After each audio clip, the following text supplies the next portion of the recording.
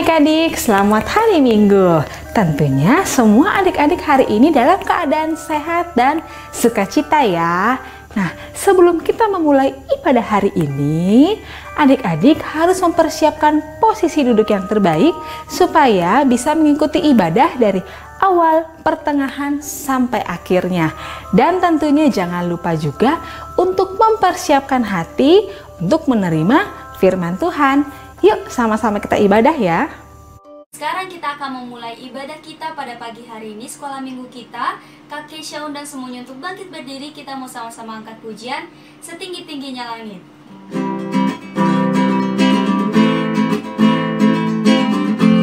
Sama-sama kita katakan setinggi-tingginya langit. Setinggi-tingginya langit, lebih tinggi kasih Yesusku. Dalam-dalam lautan, lebih dalam kasih Yesusku. Sepertinya indah belati,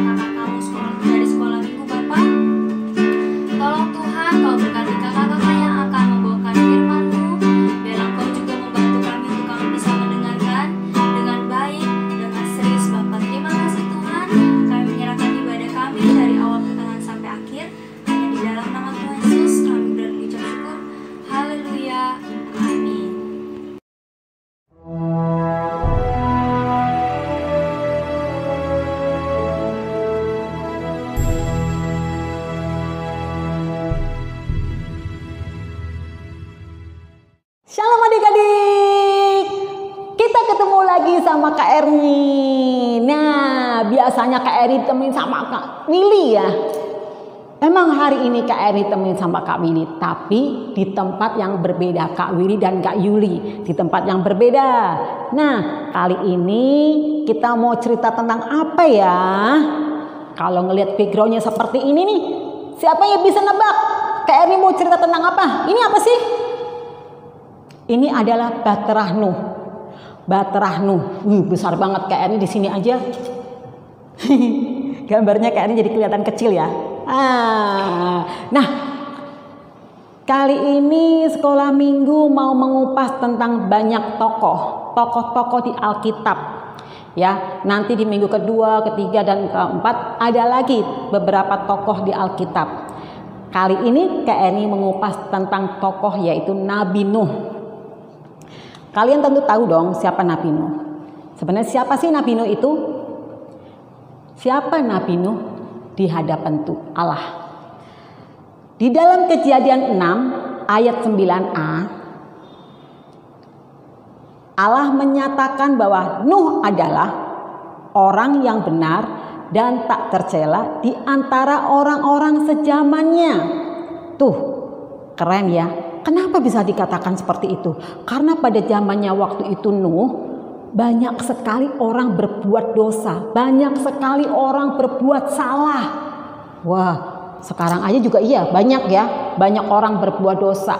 Zaman sekarang pun juga ada. Nah, siapa di sini adik-adik yang tidak pernah berbuat dosa? Pasti semuanya pernah melakukan kesalahan, pernah berdosa, benar nggak? Tapi kita mohon ampun nggak sama Tuhan?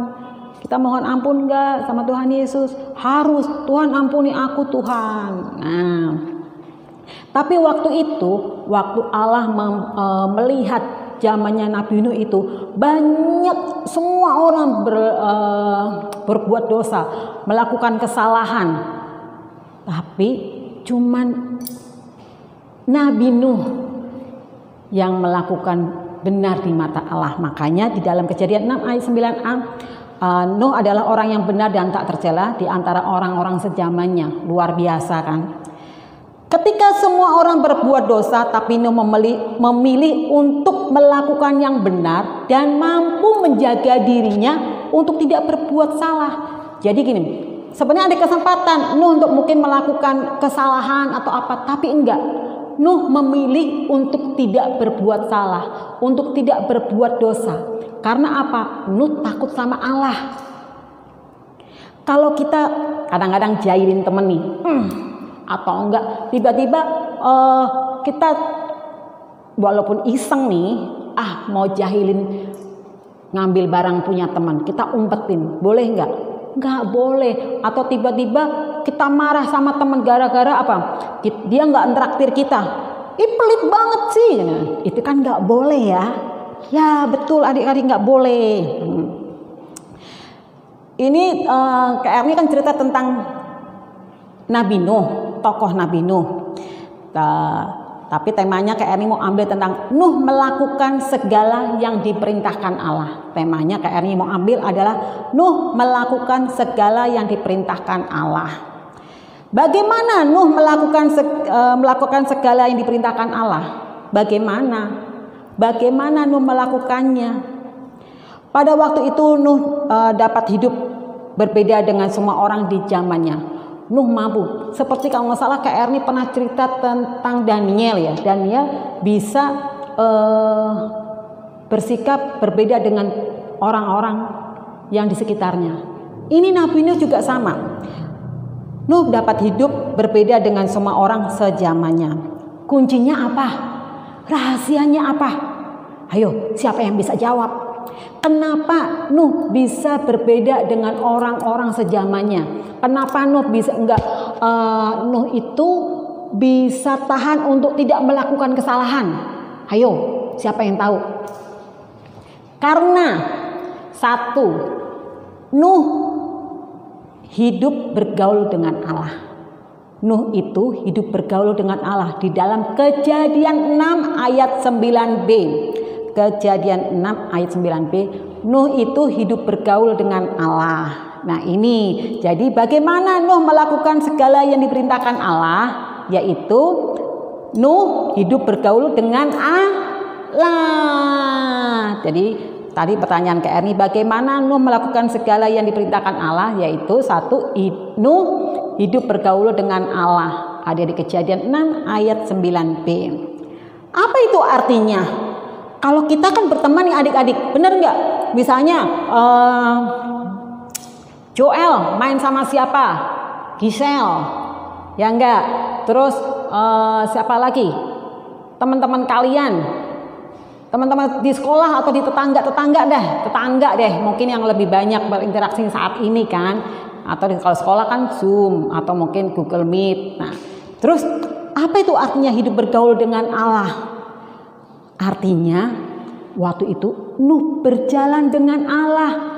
Berjalan dengan Allah artinya dia tidak mau berjalan dengan kemauan sendiri. Oh, enggak, aku maunya di sini aja, jalan sini. Atau enggak, maunya keras kepala. Maunya enggak, aku enggak mau enggak mau yang itu, aku mau di sini aja, disuruh. Enggak boleh nakal. Enggak, aku cuma ini. Nah, seolah kayak iseng ya. Nah, itu kan enggak boleh. Jadi Nuh berjalan dengan Allah. Dia tahu Allah itu pasti akan menyertai dia. 1, 2, Nuh melakukan dengan benar di hadapan Allah karena Nuh takut akan Allah. Jadi apapun yang Nuh lakukan, dia memikirkan, aduh nanti kalau Allah marah bagaimana ya. Jadi Nuh ini nggak mau berbuat salah, Nuh nggak mau berbuat dosa. Jadi dia takut sama Allah, makanya Nuh melakukan yang benar di hadapan Allah. Tadi pertama adalah Nuh berjalan dengan Allah, yaitu Nuh mempercayakan hidupnya kepada Allah nih. Dia pun, Tuhan aku mau ikut Engkau aja Tuhan, aku nggak mau dengar-dengaran orang lain, aku nggak mau kena bujuk teman-teman yang mau ngajak aku yang enggak Tuhan. Nah di sini Nuh berjalan dengan Allah. Terus Nuh melakukan yang benar di hadapan Allah karena Nuh takut akan Allah. Jadi yang dimaksud dengan Nuh hidup bergaul dengan Allah, yaitu Nuh berjalan dengan Allah. Nuh melakukan dengan benar di hadapan Allah karena Nuh takut akan Allah. Dan karena iman dan pergaulannya dengan Allah, Nuh mendapatkan kasih karunia dari Allah. Tuh, karena Nuh ini hidup bergaul dengan Allah dan imannya yang besar kepada Allah, dia takut kepada Allah segala sesuatunya, pokoknya dia hanya mengandalkan Allah. Segala sesuatunya dia mengandalkan Allah. Jadi Allah sayang sama Nuh. Nuh mendapatkan kasih karunia di dalam Kejadian 6 ayat 8. Kejadian 6 ayat 8. Tetapi Nuh mendapat kasih karunia di mata Allah karena Nuh adalah orang yang benar, tidak melakukan kesalahan. Siapa di sini adik-adik yang mau jadi orang yang benar? Yang takut akan Allah? Terus tidak mau nakal? Dengar-dengaran akan firman Tuhan? Semuanya angkat tangan yang mau. Kak Erni juga mau. Terus kedua, tadi yang satu adalah Nuh itu hidup bergaul dengan Allah. Kalau yang kedua, Nuh mendengarkan perkataan Allah. Dia dengar-dengaran akan Allah. Apa yang Allah waktu itu ngomong, dia nurut. Apa yang dikatakan sama Allah, pasti dia dengar dan mau melakukan. Dia taat. Nuh taat. Dalam Kejadian 6 ayat 13 sampai 21, Allah memberitahukan rencananya nih. Apa ini? Nah, ini nih yang dikatakan Allah kepada Nuh. Panjang kan? Jadi kalian baca Kejadian 6 ayat 13 sampai 21. Kalian ini baca sendiri ya, di situ panjang sekali. Di situ dikatakan bahwa Allah akan menghukum semua orang berdosa dengan mendatangkan air bah. Wah, waktu itu juga Nuh kaget. Kenapa Allah mau menghukum semua orang? Iya, kan tadi Kak Eri udah bilang, karena waktu zamannya Nuh, waktu semua orang berbuat dosa. Nah, Allah marah, Allah sedih, ini orang harus dihukum. Tapi Allah mau menyelamatkan orang benar. Siapa orang benar itu? Ayo. Orang benar itu adalah Nuh beserta keluarganya. Hebat kalian semua. Di dalam Kejadian 6 ayat 13 sampai 21. Benar-benar apa yang dikatakan Allah ini bukan hanya sekedar omongan, tapi benar-benar Allah mau menghukum dan mau mendatangkan air bah. Ngeri ya. Jadi ayo, apa yang diperintahkan Allah yang harus Nuh lakukan? Siapa yang tahu? Nah, ayo jawab. Siapa yang udah baca sebentar tadi? Kejadian 6 ayat 13 sampai 21. Apa yang diperintahkan Allah kepada Nuh? Allah suruh buat apa? Bahtera. Betul. Kejadian 6 ayat 14 sampai 16. Allah menjelaskan bagaimana bahtera yang harus dibuat Nuh. Besar banget. Besar banget. Pusing deh. Besar banget. Dan bikinnya bukan hanya di pantai lagi. Bikinnya mesti di atas bukit, di atas gunung lagi. Aneh ya.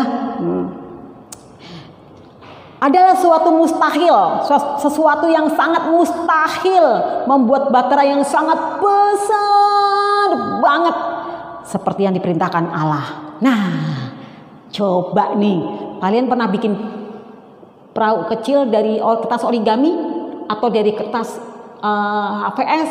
Pernah kan? Melipet sana, lipet sini susah. Nih, lihat. Ada kakak-kakak. Tadi Kak Erni bilang, Kak Willy sama Kak Yuli. Kak Willy sama Kak Yuli lagi bikin perahu. Bukan perahu ya, kapal ya. Tapi kapal kok kecil. Kalau dibilang perahu, kan kecil juga. Bingung ya? Kapal kecil aja deh. Ya. Nah, coba perhatikan bagaimana Kak Willy dan Kak Yuli sedang membuat kapal kecil ini. Untuk membuat kapal kecil saja susah. Harus potong sana, potong sini. Ya enggak? Kalau bahtera seperti ini harus gergaji sana, gergaji sini. Gergaji, bener enggak? Terus udah gitu mesti harus potong sana, potong sini, tempel sana, tempel sini. Nah, perlu ketelitian dan ukuran yang pas supaya menjadi kapal yang sesuai. Benar nggak? Coba bayangkan bagaimana, coba bayangin dulu. Bagaimana membuat bahtera yang sangat besar yang ukurannya seperti yang diperintahkan Allah. Ini aja mungkin ukurannya udah susah ini. Butuh kayu, terus tempel sana, tempel sini, bikin rumahnya. Bener nggak adik-adik? Susah kan?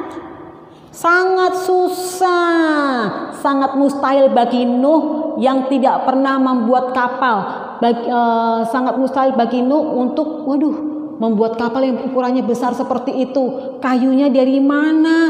Butuh kayu berapa? Butuh pohon berapa untuk ditebang? Luar biasa. Sangat besar jadi bingung. Tapi ingat, karena Nuh mendengarkan, tadi Kak Erni bilang poin kedua adalah Nuh mendengarkan perkataan Allah. Jadi karena Nuh mendengarkan perkataan Allah dan mau taat, maka Nuh mau melakukan perintah Allah. Karena Nuh mendengarkan perkataan Allah dan mau taat, maka Nuh mau melakukan perintah Allah. Sesulit apapun Nuh lakukan. Nuh percaya Allah pasti akan tolong. Nuh percaya Allah pasti akan kasih hikmat untuk membuat bagaimana bahtera yang besar sekali. Ya enggak? Nah, seperti di Kejadian 6 ayat 22. Kejadian 6 ayat 22. Lalu Nuh melakukan semuanya itu tepat seperti yang diperintahkan Allah kepadanya. Demikianlah dilakukannya. Walaupun nggak ngerti, tapi tetap dia harus melakukan tepat seperti yang diperintahkan Allah kepadanya. Benar nggak? Nah, ketaatan Nuh. Nih adik-adik, kalau misalnya kalian disuruh sama mama atau papa melakukan sesuatu yang mungkin susah sekali, gimana? Mesti ngedumel, mama, papa, aku kan nggak bisa, susah ini. Kadang-kadang disuruh prakarya nih dari guru di sekolah, suruh ada project nih, suruh bikin project apa gitu. Susah, ma tolong. Akhirnya yang bikin siapa? Papanya, mamanya. Terus kalian bantu, bukannya yang bengong, kalian tetap bantu sedikit-sedikit. Tapi nggak sendiri kan, sama Nabi Nuh juga gitu, dibantu sama, nggak mungkin sendiri, dibantu sama anak-anaknya, satu keluarga lah dibantu, walaupun mungkin diledekin sama orang-orang sekitarnya. Apaan itu bikin kapal besar di atas gunung, kalau bikin tuh di laut. Nah kalau kalian disuruh bikin project, susah mah, aku nggak bisa. Ya sini biar mama papa yang bikinin. Nah siapa itu? Nah jadi ketaatan Nuh terhadap firman Tuhan menjadikan Nuh orang yang benar di hadapan Allah. Karena ketaatan Nuh terhadap firman Tuhan menjadikan Nuh orang yang benar di hadapan Allah. Jadi adik-adik, seorang yang benar di mata Tuhan adalah orang yang mentaati firman Tuhan. Siapa di sini yang mau taat akan firman Tuhan? Angkat tangan. Jadi kalau disuruh apapun sesuai dengan firman Tuhan, mau nurut nggak? Mau. Apa yang disuruh Tuhan, kita mesti harus mau. Benar nggak? Nggak usah lah, mungkin kita susah nih. Apa yang disuruh di firman Tuhan? Contohnya kalau disuruh sama mama papa, berani nolak nggak? Nggak boleh. Kalau disuruh, ya mah, ya pah. Oke, jadi kita dari hal yang sederhana taat akan papa mama. Jadi kita juga dengan begitu kita belajar untuk taat akan firman Tuhan, melakukan semua perintah Tuhan. Jadi, nah bagaimana caranya untuk menjadi orang yang benar di hadapan Allah? Bagaimana caranya untuk menjadi orang yang benar di hadapan Allah? 1, taat kepada Tuhan. 2, dengar-dengaran akan firman Tuhan. 3, melakukan perintah-perintahnya. Nah, ya ingat ya, taat kepada Tuhan. Bagaimana caranya untuk menjadi orang yang benar di hadapan Allah? Taat kepada Tuhan, dengar-dengaran akan firman Tuhan, dan melakukan perintah-perintahnya. Nah setelah Nuh menyelesaikan membuat bahtera, Allah berfirman dalam Kejadian 7 ayat 1-3. Ya, coba baca, buka Alkitabnya. Setelah Nuh menyelesaikan membuat bahtera, Allah berfirman dalam Kejadian 7-3. Ini tentang Nuh dan binatang yang masuk ke dalam bahtera. Itu yang diperintahkan Allah, yaitu supaya Nuh dan ngajak yang menggiring semua binatang-binatang nih. Binatang bukan semuanya. Yang tidak haram ada 7 pasang, yang haram 1 pasang, dan untuk burung-burung juga ya ada 7 pasang semua. Nah, semua laki-laki jantan dan betina. Nah, oke. Terus setelah 7 hari Tuhan menurunkan hujan lebat. Setelah 7 hari setelah masuk itu, Tuhan menurunkan hujan lebat selama 40 hari 40 malam. Dalam Kejadian 7 ayat 12. Dan turunlah hujan lebat meliputi bumi 40 hari 40 malam lamanya. Dan turunlah hujan lebat meliputi bumi 40 hari 40 malam lamanya. Dalam Kejadian 7 ayat 12. Nah, waktu itu kan Nuh membuat bahtera, ya kan, di atas gunung. Air itu makin lama makin naik dari yang rendah, makin lama naik dan naik sampai mengangkat bahtera yang di atas gunung itu jadi terombang-ambing di atas air. Kan airnya tinggi banget. Hujan lebat selama 40 hari 40 malam membuat air bah penuh meliputi bumi semua. Jadi adik-adik, betapa dahsyatnya air yang meliputi bumi. Banyak sampai nggak kelihatan daratan kiri kanan, nggak ada, semuanya air. Coba bayangkan jika itu terjadi di Jakarta, rumah Kak Erni bisa tenggelam. Coba rumah kita juga tenggelam kalau semua itu terjadi. Enggak ya, serem, takut. Jadi air bah itu menenggelamkan dan membuat semua orang berdosa musnah. Air bah itu menenggelamkan dan memusnahkan semua orang berdosa. Bagaimana perasaan Nuh waktu itu? Sedih. Aduh, Nuh sedih, iya. Kenapa sih mereka ini nggak mau bertobat? Kenapa mereka udah tahu berbuat dosa, berbuat salah? Kenapa nggak mau bertobat kepada Allah? Nuh sedih. Nuh sedih karena mereka tidak terselamatkan. Mereka akhirnya musnah bersama bumi yang kena air bah itu. Jadi adik-adik, bagaimana seandainya terjadi pada orang-orang yang kita kenal? Coba, kalau tadi kan Nuh sama orang-orang waktu zamannya. Kalau misalnya nih ya, kalian punya teman atau saudara yang belum diselamatkan sama Tuhan Yesus. Ayo, bagaimana? Belum diselamatkan karena dosa-dosanya. Kalian sedih nggak? Sedih. Kita ini harusnya memberitakan terang itu kepada mereka semua supaya mereka juga diselamatkan. Ya, jangan sampai nanti nggak diselamatkan seperti itu orang-orang zamannya Nabi Nuh. Jadi inilah tugas kita sebagai anak Tuhan. Tugas kita sebagai anak Tuhan, kita harus mau memberitakan Injil kepada mereka supaya mereka bisa kenal Tuhan Yesus, Sang Juru Selamat, supaya mereka diselamatkan. Jadi tugas siapa? Tugasnya pendeta atau mungkin hamba Tuhan atau mungkin yang lain? Enggak kan? Tugas kita semua anak-anak Tuhan. Kalian sebagai anak sekolah minggu walaupun masih kecil juga bisa. Betul, bisa memberitakan Injil kepada orang yang butuh nih. Kalau misalnya Tuhan Yesus mengasihimu, udah jangan sedih, ayo semangat. Itu kan nanti dengar, siapa sih Tuhan Yesus? Tuhan yang ajaib, Tuhan yang dahsyat, Tuhan yang punya kuasa, gitu dong ya. Tuhan yang penuh kasih. Nah, ngomong sederhana aja, mereka pasti akan dengerin, ya nggak? Jadi setelah sekian lama terombang-ambing di atas lautan, akhirnya lama-lama air turun dan Nuh akhirnya mendarat. Nuh bersyukur. Nuh merasa bersyukur sekali kepada Allah. Karena apa? Nuh telah diselamatkan, udah menerima keselamatan ini dari Allah.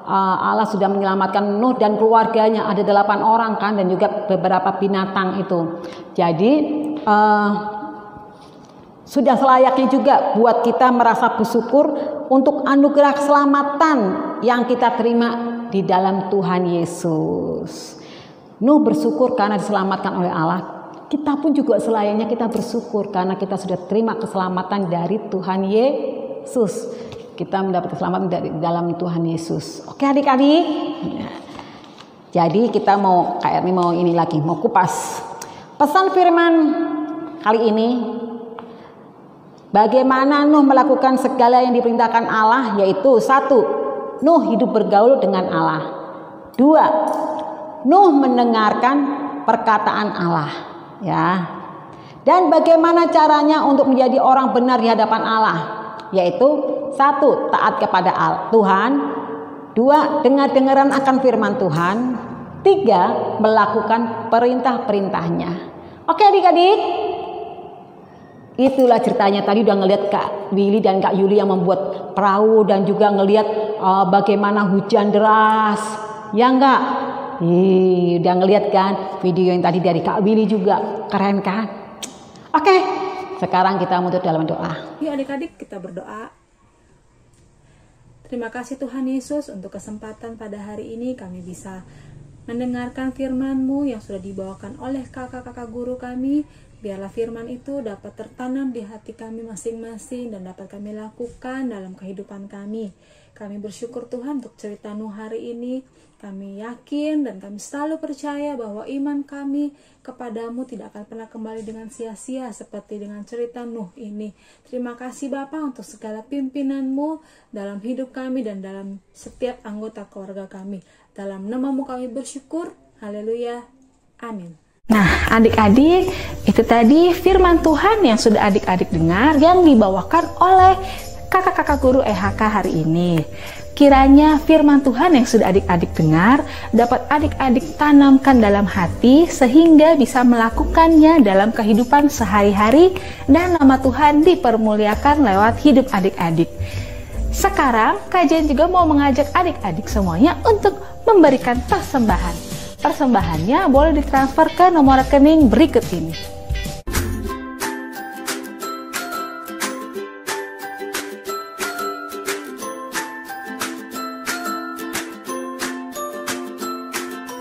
Terima kasih adik-adik untuk persembahannya. Tuhan Yesus memberkati. Jangan lupa ya adik-adik, minggu depan kita akan kembali ibadah online jam 9 pagi. Dan tentunya masa corona seperti ini, adik-adik juga jangan lupa untuk selalu menerapkan 3M. Yaitu yang pertama, selalu rajin memakai masker di luar rumah, rajin mencuci tangan, dan tentunya menjaga jarak. Oke adik-adik semuanya, bye-bye. Tuhan Yesus memberkati. Selamat hari Minggu.